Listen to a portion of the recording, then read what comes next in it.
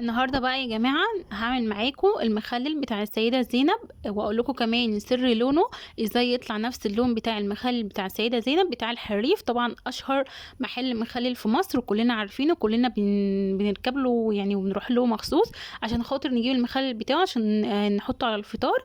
هقول لكم كل اسراره، ويلا بينا بقى نشوف المكونات بتاعتنا. طبعا احنا هنعمل مخلل مشكل، فمعايا كده ليمون. تنقي الليمون اللي هو قشرته يعني حرشه كده شويه. ما تنقيش الليمون اللي هو يكون ناعم، لا، احلى حاجه اللي هو بيبقى قشرته يعني ايه تخينه كده شويه، بيبقى حلو قوي. معايا جزر، معايا خيار، معايا فلفل، معايا كمان قرنبيط. هجيب بقى الخيار كده وهبدا اوضب كده في الخضار بتاعي. اول حاجه هبدا بيها الخيار، بعد كده الجزر. الجزر طبعا هنشيل الراس بتاعته وهنقشره كويس جدا. تمام. وطبعا انا كنت مقطعه القرنبيط. والفلفل انا هسيب الفلفل سليم مش هخرمه خالص. تمام. هنقشر بقى كده مع بعض الجزر بالشكل ده، اقشر الكميه كلها. انا كنت عامله حوالي كيلو الا ربع من الجزر. وكيلو ليمون. تمام. هنا بقى الليمون يعني هعمل له كده فتحه صغيره. تمام. ما تشقهاش قوي، يعني حاجه بسيطه خالص كده يا جماعه. تمام. بالشكل ده، وزي ما انا بوريكم كده. تمام. معايا كمان بنجرايه. كل الخضار بقى انا كده خلصته ووضبته. هروح بقى اغسله كويس جدا في الميه، نغسل القرنبيط كويس جدا، والليمون كنت حاسه ان فيه تراب كميه كبيره جدا، فنغسله كويس جدا. والفلفل والخيار والجزر هنغسلهم برضو كويس جدا. تمام. انا كنت عامله حوالي ربع كيلو من الفلفل وراس صغيره كده من القرنبيط. هنا بقى معايا ميه مغليه، هحط فيها عود من القرفه وكام يعني كام كده واحده من القرنفل. تمام. بعد كده احط فيها الليمون، واحط كمان القرنبيط يتسلق كده لمده 10 دقايق. تمام. القرفه والقرنفل بيمتصوا اي غازات في القرنبيط وفي الليمون، وبيشيلوا كمان ريحه القرنبيط خالص. تمام. هسيبهم بقى يغلوا كده 10 دقايق. هوضب بقى الخضار بتاعي وهقطعه بالقطاعه بتاعه المخلل، علشان طبعا احنا عايزينه نفس الشكل بتاع بره، فهستخدم القطاعه معاكوا دي. انا بقطع كده الجزر نصين، وبعد كده النصين بقطعهم بقى ايه صوابع صغيره بالشكل ده. برضو هعمل كده في الخيار. تمام. انت عايزه تسيبي الخيار سليم او تقطعيه بس نصين، وتسيبيه براحتك، بس يعني انا حبيت الشكل يكون حلو جدا كده زي بتاع بره، هيديكي نتيجه تحفه جدا يا جماعه، حلو قوي قوي.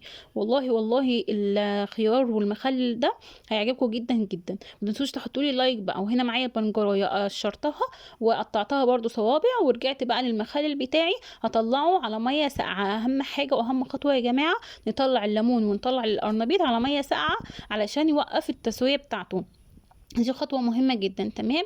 هنا بقى كان استوى معايا. دلوقتي بقى هنعمل الخلطة بتاعته. معايا فلفل رومي، ومعايا فلفل احمر. تمام. اهم حاجة نكون احمر. ومعايا فلفل برضو حراق احمر.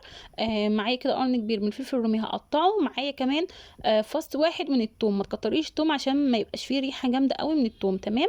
يدوبك يديله نكهة بسيطة خالص. هفرمه بقى ناعم خالص خالص كده في الكبة، واجهزه بقى كده على جنب.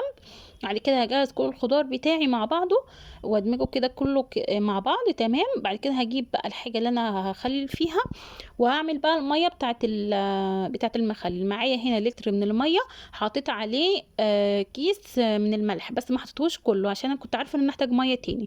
حطيت الكيس بتاع الملح ده 350 جرام يا جماعه. وحطيت كمان على الميه معلقتين كبار من السكر، علشان يبقى مواد يعني زي ماده حافظه كده السكر للمخلل، وكمان يخليك كده ايه مقرمش. تمام. هحط كمان معلقتين كبار من الخل على الميه، وهفضل اقلب اقلب لحد ما كله ما يدوب مع بعضه.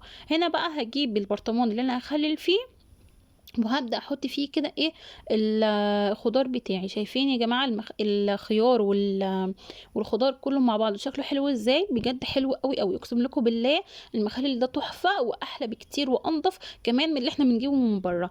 اعملوه هتلحقوا ان شاء الله، لانه هو هياخد معانا سوا يا دوبك هو اسبوع، وفاضل تقريبا اسبوع بس على رمضان. فاعملوه كده معايا. انا عملته اهوت وسبته، ان شاء الله ناكل منه اول يوم رمضان باذن الله. اخر حاجة كده حطيت الليمون على الوش. تمام.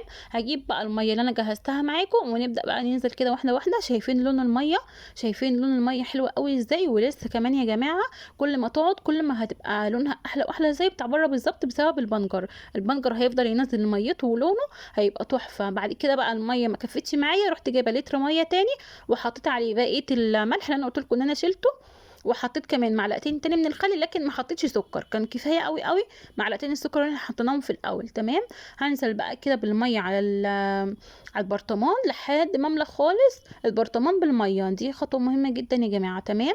انا مليته اهوت قدامكم كله خالص بالميه. هبدا بقى ايه اقفله كويس جدا جدا، وفيليه حلو قوي علشان ايه يستوي معاكي كويس جدا. وهرج بقى الميه بتاعته كده عشان كله يمتزج كده مع بعضه ويبقى طعمه حلو قوي. تمام. شايفين لون الميه وحلاوتها؟ ولسه يا جماعه والله لما هيستوي هيبقى تحفه، ودرجه الميه بتاعته ولونها حلو قوي قوي بسبب البنجر وبسبب الفلفل الاحمر اللي احنا عملناه. لو عجبك الفيديو ما تنسوش تعملوا لايك، ما تنسوش تعملوا كمان لايك للفيديو، تعملوا لي كومنتات كتير قوي قوي تعرفوني رايكم هل استفدتوا من الفيديو ولا لا، وكمان تعملوا شير للفيديو لو عجبكم. كان معاكم اسماء جمال، مع السلامه.